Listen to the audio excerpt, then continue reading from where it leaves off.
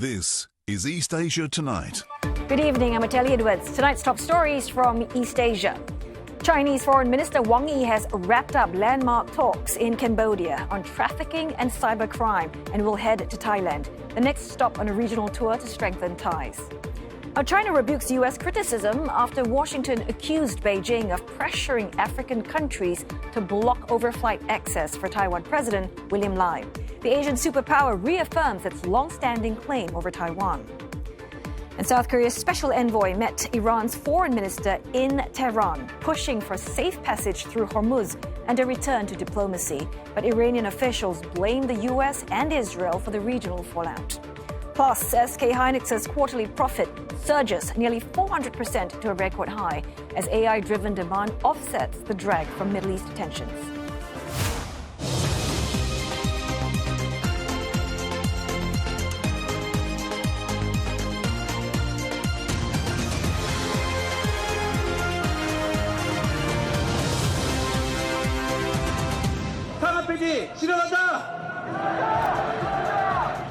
Also tonight, thousands of workers rally at a major Samsung Electronics chip factory complex demanding fair and transparent pay.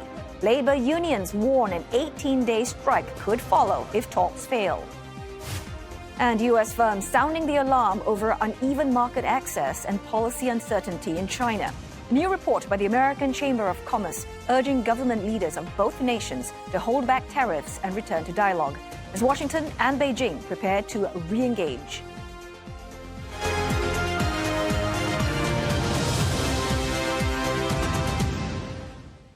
China's Foreign Minister Wang Yi is set to travel to Thailand for a 3-day visit as part of a regional tour to deepen ties amid what Beijing calls growing risks and challenges. Now, Mr. Wang, at the invitation of Thailand's foreign ministry, is scheduled to meet his counterpart, Sihasak Pongkekyo, and talks are aimed at sustaining momentum in their partnership, expanding bilateral cooperation and exchanging views on regional and global issues. Now, he will also pay a courtesy call on Thai Prime Minister Anutin Chanvirakul, who says that discussions will focus primarily on cooperation. Now, before arriving in Thailand, Mr. Wang was in Cambodia.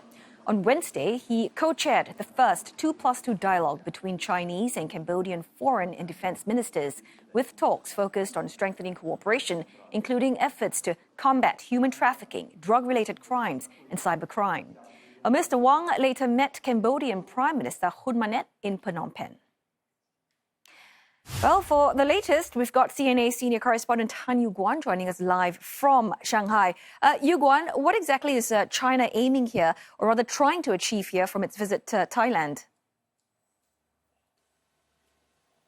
Well, Wang Yi's visit to Thailand is primarily about deepening economic integration and locking in long-term strategic ties. On the economic front, talks are expected to focus on trade, investment and future industries, including electric vehicles, the digital economy, and advanced manufacturing.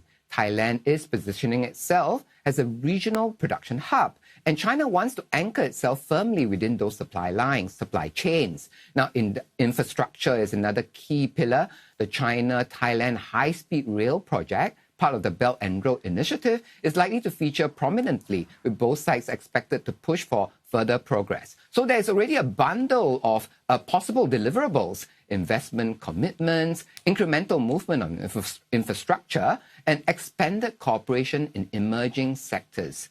There's also a shorter-term priority, tourism. So increasing flights and restoring visitor confidence will be part of the discussions. If you recall, outbound tourists from China to Thailand dropped off quite a bit, in fact, off the cliff, really, after a case of a Chinese actor trafficked via Thailand to a scam center in Myanmar, spooked would-be Chinese tourists. It might seem a bit counterintuitive for Beijing to want to boost outbound tourism, but tourism is both a soft and rather sharp diplomatic tool. Tourism sector is important to Thailand. By encouraging the flow of Chinese tourists, it can buy goodwill. But as we saw in the case of Japan, Beijing can also turn off the tap when it is displeased with the government. Taken together, the visit is about embedding Thailand more deeply into China's economic and connectivity networks over the long term. Now, we've noticed that Mr. Wang, he's been moving across the region, with his previous stop, as we've mentioned, being in Cambodia. What message is Beijing trying to send about its position regionally? Well, Wang Yi's regional tour sends a broader signal that China wants to be seen not just as an economic partner, but also as a security actor in Southeast Asia. Now, in Cambodia, one issue really stands out: scam centers. Now, these are large-scale online fraud operations, often linked to trafficking and forced labor, and they've become a major regional problem affecting victims across Asia, including many Chinese nationals. Beijing has been increasingly vocal on this, calling for complete eradication of these scam networks and pushing for stronger enforcement.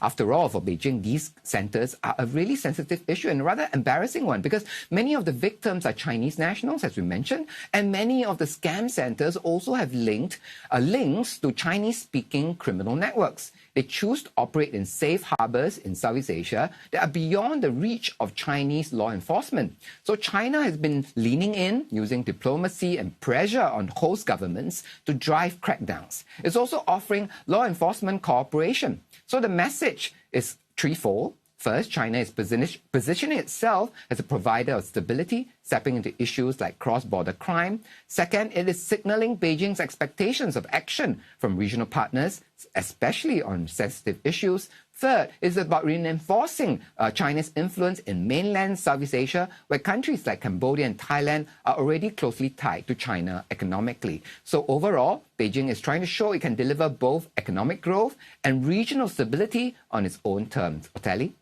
Many thanks for that report. CNA's senior correspondent Tanya Guan, live from Shanghai. Washington has accused China of influencing African countries to cancel overflight permissions, preventing Taiwan President William Lai from visiting Eswatini.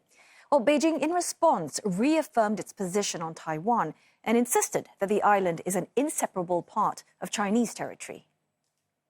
美方对中方捍卫国家主权和领土完整的正当行动指手画脚，对有关国家维护一个中国原则的正义之举横加指责，完全是混淆是非、颠倒黑白，中方坚决反对，绝不接受。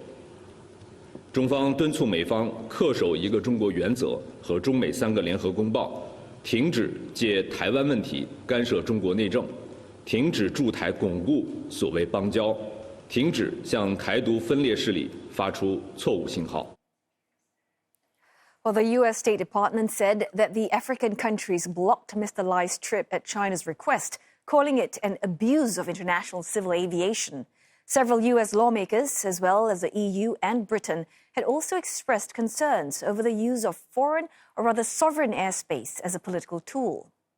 The Seychelles, Madagascar and Mauritius revoked flight permits for Mr. Lai's aircraft to cross their airspace. The incident marks the first case of a Taiwan president cancelling a foreign trip due to aviation restrictions from a lack of diplomatic ties. Well, Taipei said on Tuesday that Beijing used economic coercion to pressure the nations to revoke overflight clearance for William Lai. Eswatini, in response, said that the incident does not affect its long-standing ties with Taiwan. Taiwan's minister in charge of the Coast Guard made a rare appearance yesterday at a naval drill on the Itu Aba Island in the South China Sea. Well, it has been 7 years since a minister last visited the area. Also known as Taiping Island, Itu Aba is located in the contested parts of the Spratly Islands, which are claimed by China, Vietnam, and the Philippines as well. An international tribunal ruling in 2016 gave Taiwan rights to its resources. But since it's classified as a rock, Taipei's rights are limited to just 12 nautical miles around it. Taiwan and China have rejected the ruling. Taiwan's Coast Guard said that the Ocean Affairs Minister visited the island for a humanitarian relief, medical evacuation, and marine pollution removal exercise. The Coast Guard administration will reportedly continue conducting rescue operations. Now, the agency adding that the drills aim to establish the contested island as a humanitarian assistance and a logistics hub for the region. This comes after the Ocean Affairs Minister said earlier this month that Taiwan would strengthen defenses of the Pratas Islands, which is another territory controlled in South China Sea. The South Korean President Myung pledges deeper cooperation with Vietnam in nuclear energy, infrastructure, and key energy sectors following talks with Vietnamese Prime Minister Lee Min-ho in Hanoi. During the meeting today, Mr. Yi said that Seoul wants to be a reliable partner in Vietnam's long-term growth. The South Korean leader pointed to his country's rapid economic growth, built on nuclear power, transportation networks, and transparent financial systems. He said that bilateral cooperation in those areas could help Vietnam build a similar foundation. A Vietnamese Prime Minister Hong welcomed Mr. Yi's visit, saying that it brings fresh momentum to bilateral ties. He expressed hope for deeper cooperation to support Vietnam's long-term economic development goals. The meeting follows Mr. Yi's summit a day earlier with Vietnam's top leader To Lam, where both sides agreed to widen cooperation across supply chains, infrastructure, and energy. The two countries also agreed to boost bilateral trade to $150 billion by 2030. Coming up in East Asia tonight, Middle East tensions driving a surge in Panama Canal traffic and pushing lane prices to record highs. Plus, Japan puts the brakes on a South Korean firm's bid to acquire its machine tool maker on national security grounds.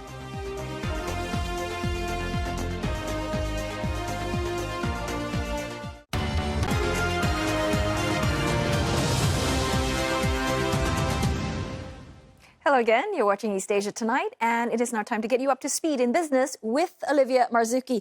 So, Liv, the United States and Iran, there's been talks have hit an impasse. So how are the markets reacting to that?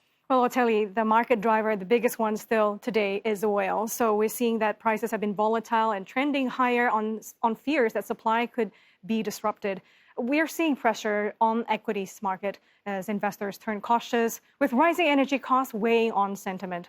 Markets in East Asia largely ended the day in the red. Japan's Nikkei pulling back after it briefly touched the 60,000 mark as investors took profits from morning rally. South Korea, however, closing at record high, just shy of the 6,500 mark, as investors focus their attention on corporate earnings. SK Hynix posting another quarter of record earnings, ending the day just above water, while rival Samsung Electronics is expected to record an 8-fold jump in profit when it reports next week. Crude prices are jumping again after global security monitors and Iran's Revolutionary Guards said that Iranian forces had seized 2 ships and fired on a third in the Strait of Hormuz. At the same time, markets doubt that the ceasefire extension between the U.S. and Iran would restore oil flows through the strait. Tanker traffic in the strait remained light as shippers continue to face a dangerous security situation.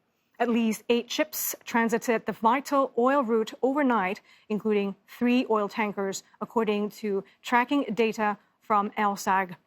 Average traffic prior to that conflict was about 100 ships daily. With shipping through the Strait of Hormuz facing security constraints, the U.S. has extended sanctions relief on Russian oil for 30 days, following requests from countries vulnerable to oil shortages from the waterway's closure. And the way to think about this is, as I came in today, the oil prices are at $100. If we had not done that sanctions relief, they might have been at $150 because the world became very well supplied. So if Russia was selling their oil at a 20% discount, I can tell you that 100% of 100 is less than 80% of 150, and the American consumer has been better off. The war on Iran is causing a jam at the Panama Canal, with ships paying as much as $4 million to transit the waterway. That's as Asian refiners scramble to secure cargoes of oil and gas from the U.S. Average prices to go through the canal have more than quadrupled from before the conflict, at above $800,000. Some ships paying more to jump the line, which can take up to 5 days. The Panama Canal Authority says the average daily transits, quote, remains strong. Around 5% of the world's maritime trade passes through that waterway, which connects the Atlantic to the Pacific. The main users of the canal are the U.S. and China. and it is a vital connection between the U.S.'s East Coast and China, South Korea, and Japan. South Korea's SK Hynix has posted a record quarterly profit, with earnings up five-fold, and it says demand for AI chips is set to outstrip supply, easing concerns about slowing spending by big tech. Net profit surged 400% to $27.2 billion in January to March period, smashing market forecasts. Quarterly revenue that rose 198% to $35.5 billion from the same period last year. The world's second largest memory chip maker says the Middle East war will have limited impact after securing inventory and diversifying key chemical suppliers. It has also locked in energy through long-term contracts, helping to cushion price volatility. The firm is continuing to ramp up investment to boost capacity, including a new manufacturing plant in South Korea to meet rising AI demand. It is also planning a U.S. listing this year. Hyundai Motor has posted a double-digit drop in first quarter operating profit as U.S. tariffs on imported vehicles and supply chain disruptions caused by the Middle East war squeeze its margins. Operating profit that fell nearly 31% on year to $1.7 billion in the first quarter. And that's even as sales rose 3.4% to $31 billion. The automaker says tariffs alone cost an estimated $580 million. Vehicle sales also slipped 2.5% to just over 976,000 units amid weaker demand in key markets. Hyundai warns that business conditions will likely remain challenging, citing tougher competition in emerging markets and broader economic uncertainty. To reduce its exposure, the company is ramping up production in the U.S. through its Meta plant in Georgia. It aims to raise annual U.S. capacity to 1.2 million vehicles by 2030, with 80% of sales produced locally. Hyundai also flagged rising steel and lithium costs linked to the Middle East conflict. And South Korea's economy returned to growth in the first quarter of the year, thanks to strong semiconductor exports that helped offset the impact of the Middle East conflict. Advanced estimate from the Bank of Korea showed GDP rose 3.6% on year in Q1, marking its fastest growth since 2020. The economy expanded 1.7% from the previous quarter, rebounding from the 0.2% decline at the close of 2025. Growth was largely driven by a 5.1% growth in exports during that period, with chip shipments leading those gains. Early trade data this month showed chip exports rising nearly 183% on year. South Korea's central bank has projected a 2% growth this year, while flagging risks amid uncertainties due to the Middle East crisis. On to Japan now. Factory sector picked up sharply in April, with manufacturing activity growing at its fastest pace in 4 years. The S&P Global PMI for overall manufacturing in Japan rose to 54.9 from 51.6 in March, while the reading for factory output hit its highest level in 12 years. Experts say that manufacturers have stepped up production amid fears that the war in the Middle East could trigger fresh supply shortages and disrupt supply chains. But the picture outside factories was softer. Japan Services PMI eased to 51.2, its slowest pace of growth in 11 months. Meanwhile, Japan's composite index, which combines manufacturing and services, slipped to 52.4 as weaker services offset the gains in manufacturing. And Japan has asked a South Korean private equity firm, MBK Partners, to hold its planned acquisition of machine tools maker Makino Milling, citing national security concerns. This is the first time Japan is using its tougher foreign takeover rules introduced in 2020. The last similar move dates back to 2008, when Tokyo blocked U.S. hedge fund from raising its stake in utility firm J-Power. It highlights Prime Minister Sanai Takaichi's push to better protect key sectors such as defense, supply chains, and critical minerals. Earlier this year, she also proposed a major overhaul of Japan's investment screening system modeled on a U.S. approach. There's growing concern in Japan about shielding sensitive industries from foreign influence, especially from China. machine tools fall under a core sector classification, given their potential use in both civilian and military application. Checking on shares, Makino fell 10% following that announcement, ending the day about 8.8% down. MBK, one of North Asia's largest buyout firms, has been expanding its footprint in Japan across sectors, including healthcare, senior care, and leisure. Now, if you've been following our coverage of the Iran conflict and the market fallout, you may have heard the term currency swap come up quite a few times. Well, the UAE has reportedly opened talks with the US about a currency swap line recently, something that President Trump says is under consideration. In fact, Treasury Secretary Scott Bessent says that many US allies in the Gulf and in Asia have asked for swap lines amid the continuing Middle East crisis. And we've got Liv here once again to help us unpack what this term exactly means. So, Liv, currency swap, tell us what it actually means. I mean, we keep hearing all about it, but not everybody knows what it's about. Well, I'll tell you, just think of water tap. It's basically a backup tap of foreign currency among central banks, mainly US dollars.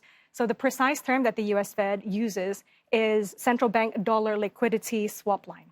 So in this case, the Fed gives dollars to partner countries, other central bank, and they take in the country's currency in return.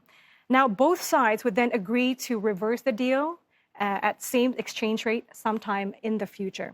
But it is meant to be temporary, and it's meant to just really there for times of stress when markets get shaky and there's a sudden rush for dollars. Can you elaborate more in terms of how it actually works and who benefits most from it? Okay, let's take an example, two central banks, the US and Japan. So the Fed would give dollars to the BOJ. The BOJ would give yen to the Fed. And the BOJ can then use those dollars and lend it to local banks at home that might need dollar. So really, the two banks would later swap the money back at the same exchange rate, and the borrower or the borrowing party pays interest. So really, it's a way to stop local banks from panicking or scrambling for dollars in the middle of a crisis. So, of course, we can't avoid the fact that everyone's talking about the crisis is made worse by the Iran war and also the energy shock around it. So, elaborate a little bit more on how this all impacts the currency swap. Well, the Iran crisis and the conflict really disrupts the oil and gas flow in the Gulf region. And that gets market really panicking, right? They all get nervous, energy prices jump, investors get cautious, and banks and governments, they want to have an extra cushion, a bigger cushion of dollars in case there's a funding conditions tighten, right? So when markets come under pressure, everyone wants to keep dollars. They want dollars at the same time. It is called safe haven asset for a reason. So banks would need dollars to trade, for funding also, for lending as well. So if liquidity suddenly gets dry, then markets would freeze up pretty quickly. And from the US point of view, this is not just about helping one country. The New York Fed says that these lines are meant to improve global money markets and liquidity and stop that spillover effects and risks from coming into the US shores. And so this is why we saw Fed use it in times of trouble, such as the subprime mortgage crisis in 2008 and also, again, in COVID pandemic. All right. Well, thanks very much for the 101 lowdown on currency swap. Really appreciate that. Thanks, Olivia. Well, we are going to go for another short break now, but coming up on East Asia tonight, American businesses raise concerns in China from policy uncertainty to market access challenges. What does it mean for investment and US-China ties? Michael Hart, president of the American Chamber of Commerce in China, joins us after the break to unpack it all.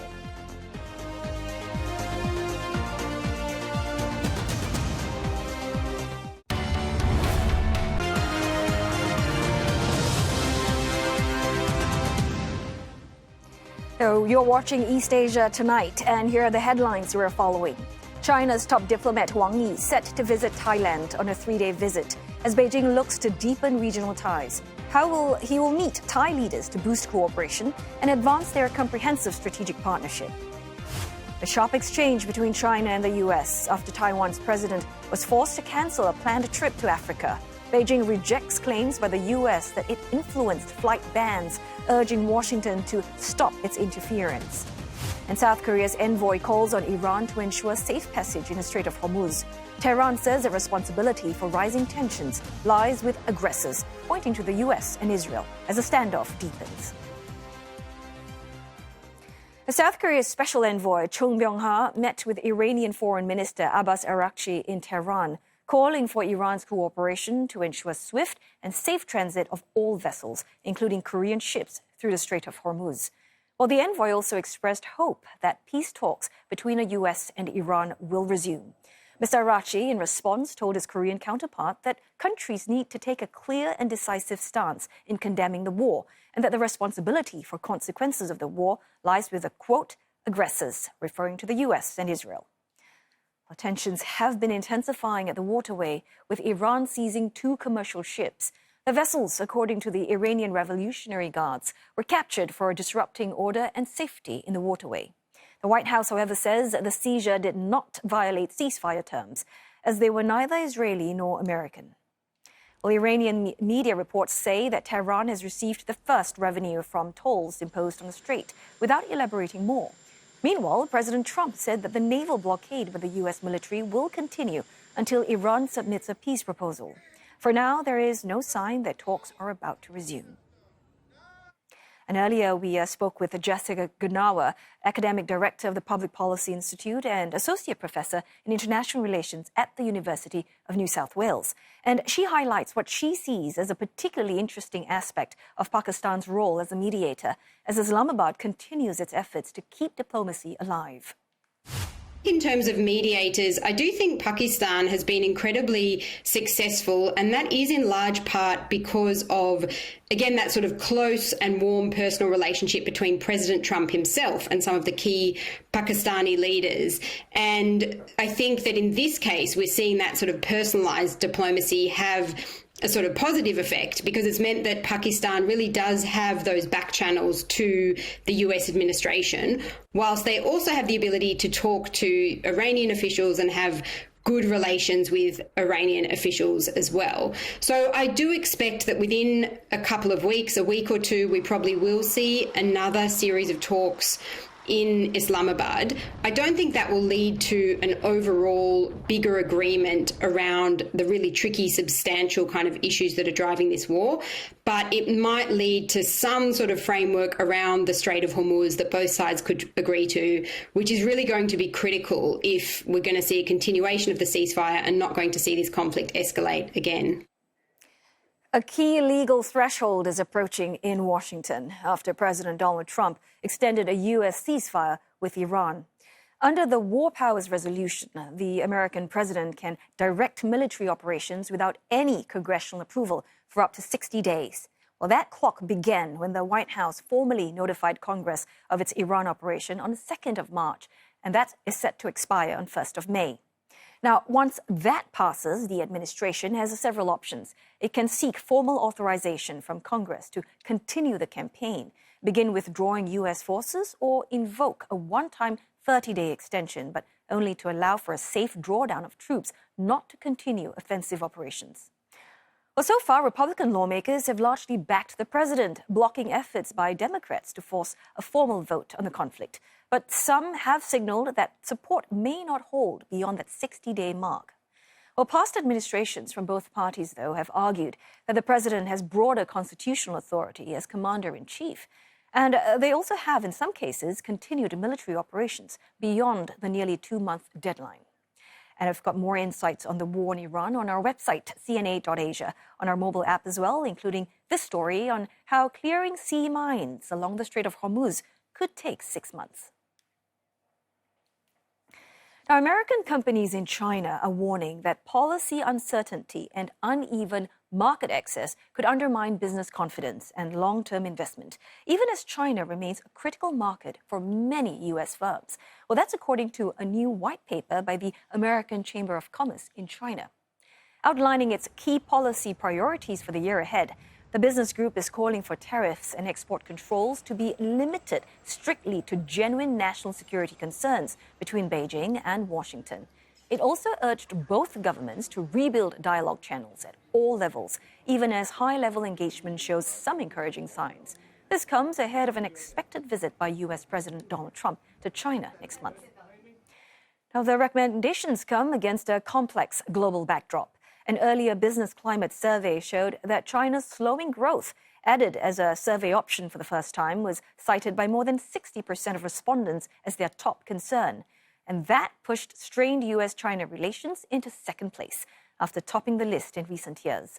Industrial overcapacity also entered the top 5 challenges for the first time. Well, AmCham is also calling for clearer policies, more consistent and transparent implementation of regulations, and fairer market access for foreign firms as key priorities going forward. And to help us unpack this report, let's bring in Michael Hart, president of the American Chamber of Commerce in China. Well, thanks, Michael, for joining us. Let's start with the wider global picture here. We've got rising tensions in the Middle East that's driving new energy and shipping risks as well. So, Michael, how are U.S. firms in China reacting to that? Are they changing their outlook or investment plans? So it's great to join you. I think the first thing to say is that China across the board, whether it be American companies or Chinese companies, haven't yet seen much impact from the Iran crisis. It's been very interesting. If you look back over the past 4 or 5 years, what China has done is it has changed its source of energy. So China is still a huge importer of oil from the Middle East, but they have built up their energy grids with solar and wind. They've also electrified their cars to a large extent. Roughly 50% of all cars now being sold are electric. And so China hasn't yet seen the impact, also because I think China has reserves of energy. But when our American companies in China look around the region and see that other countries are starting to feel an impact, it starts to feel a little bit like COVID 2.0, where people are starting to think about their overall supply chains, how China is linked to factories in other parts of Southeast Asia or other parts of the world. And so far, American companies haven't been impacted in any significant way by Iran, but they're certainly taking notice and trying to make preparations.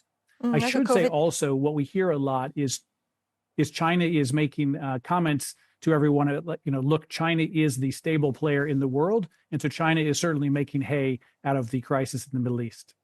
So, Michael, if we turn to the diplomacy now in focus, which is this potential Trump visit to China next month, what are businesses hoping that could actually, move the needle? What sort of outcome are they looking at? And how grounded are these expectations in reality?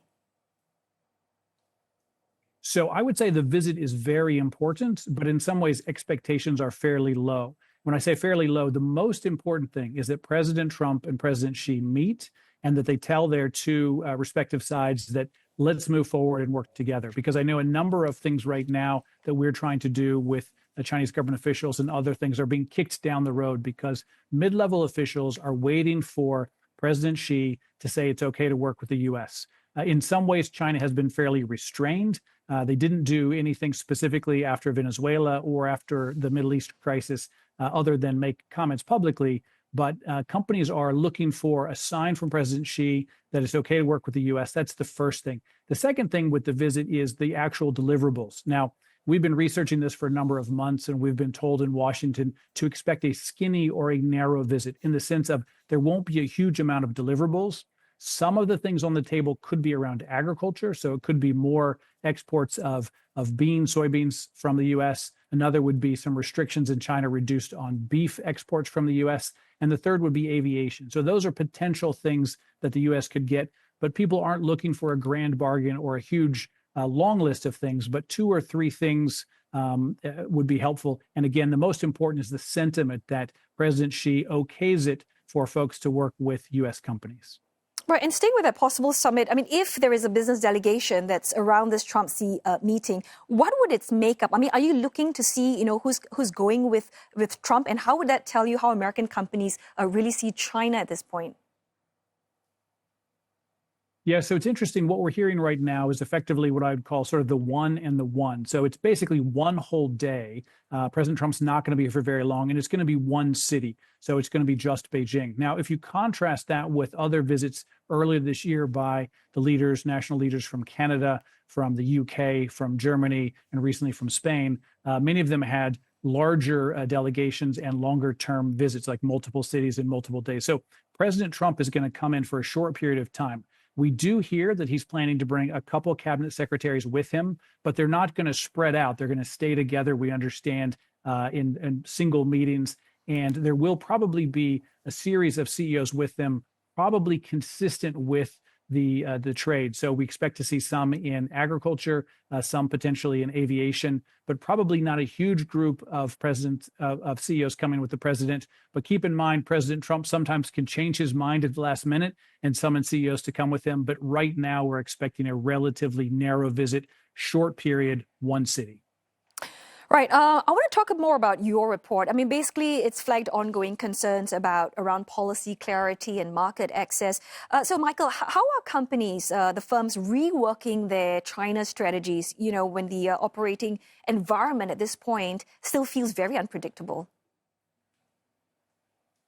Yeah, so to start with, one of the things that we remind the Chinese government is we recognize that China over the last 40 years has made huge progress, and China is very proud of what it's done. And we say we absolutely recognize some of that is because of Chinese hard work and Chinese innovation, but some of that was also because of key investment and participation in the economy by foreign firms. And we want to continue to see our firms from AmCham China participate in the Chinese economy. One of the areas we are seeing challenges is around government procurement. So if you think about healthcare, whether it be pharma or medical devices, when you sell into the Chinese hospitals, you're selling effectively to the government. And so government procurement has been an area where China has been trying to steer purchases to domestic companies, and that doesn't seem particularly fair.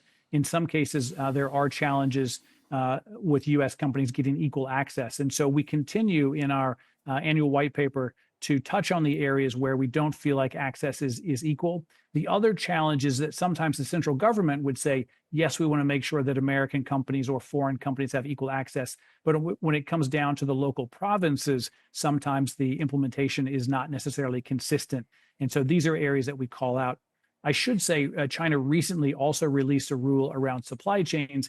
We're still trying to understand it, but it looks like it may put pressure on companies who are thinking of diversifying their supply chains away from China. And again, we're trying to understand the details of that. It doesn't seem to make a lot of sense to us, but we're looking certainly for ways to continue to see our AmCham China member companies participate in the China market like they have done for years. So despite all those pressures, Michael, where are U.S. businesses still finding the strongest growth opportunities in China over the next year or so? And what's giving them enough confidence to lean in?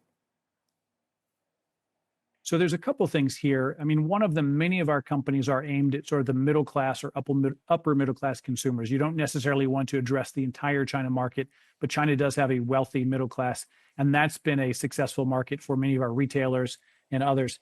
The other thing to keep in mind is that China, because of its scale, so China is enormous, and in almost every industry now, scale wins. So you need the scale of manufacturing, you need the scale in terms of sales to support R&D and research. And so China is particularly strong in certain areas of research and R&D, whether that be life science and engineering and manufacturing, et cetera. And so our American companies want to, number one, tap into the wealthy Chinese market, and two, they need the scale of participating in the China market to support them globally. One of our CEOs told his company, look, if you don't want us to play in China, what you're actually advocating is for our company to be smaller globally.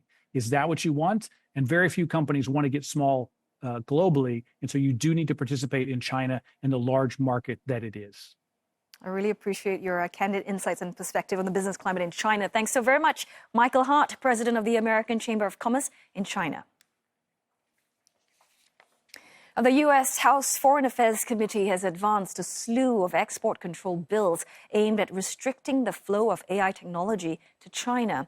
While still at early stages of becoming law, the bipartisan effort is seeking to close loopholes that members say allow China to access cutting-edge U.S. technology, including chips from NVIDIA. Proposals in bills approved by the committee include civil penalties for those violating export controls and the creation of an incentive program for whistleblowers. And these are seen to align with ongoing efforts by the U.S. to crack down on China's access to chips through smuggling. The AI Overwatch Act, a proposal seen as the most contentious, would prevent the administration from allowing NVIDIA to sell its advanced Blackwell chips to Chinese customers. It would also give Congress the power to potentially veto license applications for shipping the company's H200 processors to China. Now, this bipartisan effort comes as the Trump administration is seen to hold back on new major curbs against Beijing.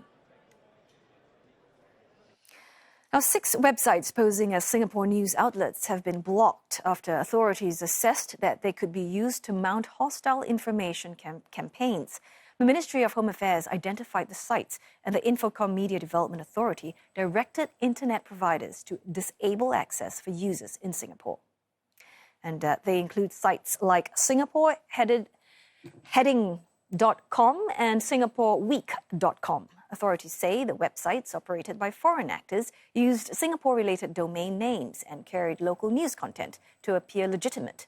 5 of the sites were created on the same day in March 2021 and were revamped last year with enhanced features and layout, more closely resembling authentic news websites. They've also been linked to a network of inauthentic news websites, previously flagged by Google's threat analysis group for deceptive behavior. Authorities warn that such sites can be used to spread false narratives and influence public sentiments, and advise Singaporeans to remain vigilant when consuming online content. And I've got more coverage on this story on our website, cna.asia, or our mobile app, including this investigation by CNA about the companies behind these websites.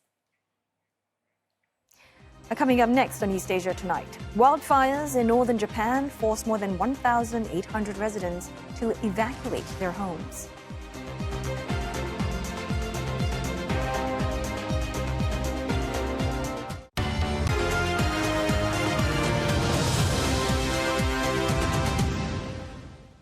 Tens of thousands of Samsung Electronics workers rallied at the company's Pyeongtaek campus in South Korea ahead of a planned strike next month.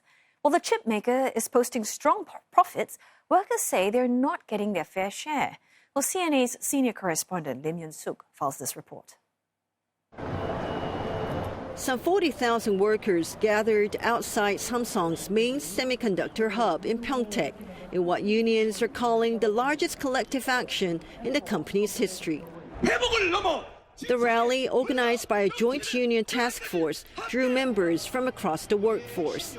They filled the grounds, holding placards and chanting, demanding transparency in bonus calculations and the removal of a cap on performance pay. Union leader Choi Seung-ho told the workers he was aware that some people were wondering why they were striking when they have one of the best paid jobs now. 삼성전자에는 인재제일이라는 경영 원칙이 있습니다.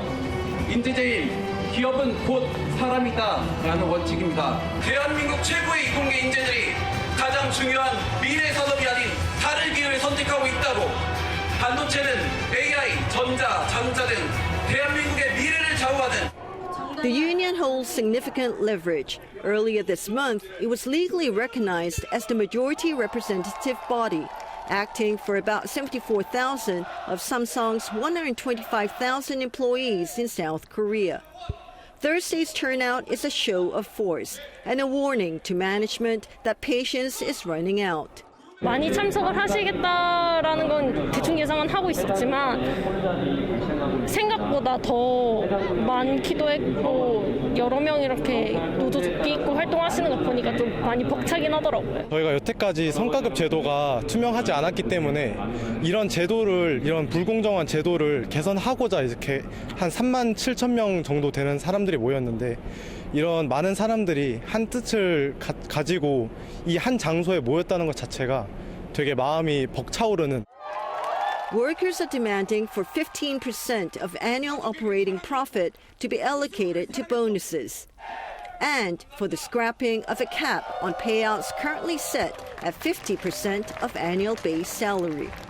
These workers have threatened to go on a full strike from May 21st for 18 days, which the union says will cost the company about 30 trillion won, and that's about $20 billion US. Analysts warn a prolonged stoppage could ripple across the global chip supply chain at a time when competition in advanced memory for AI data centers is intensifying. Lim Yun-suk, CNA, Pyeongtaek, South Korea. Japan is considering age-based restrictions on social media, joining other countries in taking steps to protect adolescents online. Well, the government is weighing a requirement for social media platforms to apply age-based filtering by default.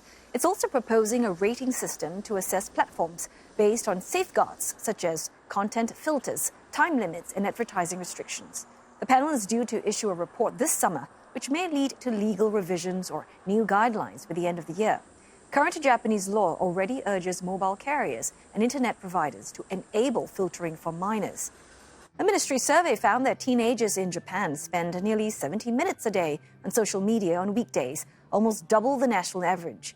More than 27,000 cases of defamation, abuse, or other unpleasant experiences via computers and mobile phones were reported in 2024. Well, Japan's moves follow similar measures taken in the UK, Greece, and Indonesia. The wildfires in northern Japan have forced the evacuation of more than 1,800 residents. No casualties or injuries have been reported as firefighters continue to battle the blaze. The wildfires broke out in 2 locations in the town in the northern Iwate prefecture yesterday. The first blaze ignited in a mountainous area of Otsuchi town in the afternoon, and the other fire broke out in another area of the same town in the evening.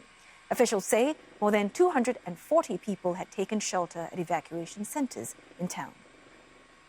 岩手県の大槌町におけます林野火災については、本日3時現在、同町の小槌地区において約15ヘクタール、キリキリ地区において約140ヘクタールの林野被害が生じており、小槌地区では住家1棟を含む7棟の建物被害が確認されております。人的被害は生じておりません。Helicopters and more than 200 firefighters have been deployed to contain the blaze. Japan's government has set up an information liaison office to gather updates on the wildfires. And before we go, here are some headlines from media outlets in East Asia. NHK reports that a firefighter in Japan's Iwate prefecture escaped unhurt in a bear encounter just a day before a police officer searching for a missing woman was clawed on the face. The woman's body was later discovered. Authorities say bears are becoming more active after hibernation and are urging caution in rural areas. The South China Morning Post reports that Hong Kong fire services chose not to activate an emergency mobile alert during last year's deadly typhoon Inferno, citing fears it could cause confusion among trapped residents. Now, a public inquiry also heard the system would have taken up to an hour to activate, limiting its usefulness. The blaze at Wongfu Court killed 168 people.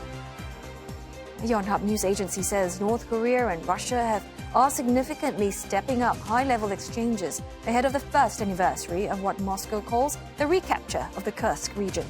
Russian ministers are visiting Pyongyang for meetings on trade, healthcare, and cooperation projects.